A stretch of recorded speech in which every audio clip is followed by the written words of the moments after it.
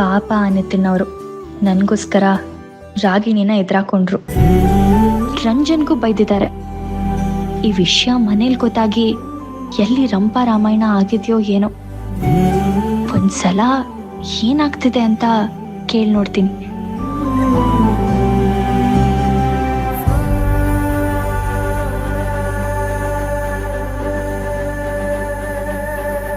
Low ಶರತಾ, ಇದೆಲ್ಲ ನಿಜವಾಗ್ಲೂ workout ಆಗುತ್ತೇನಾ?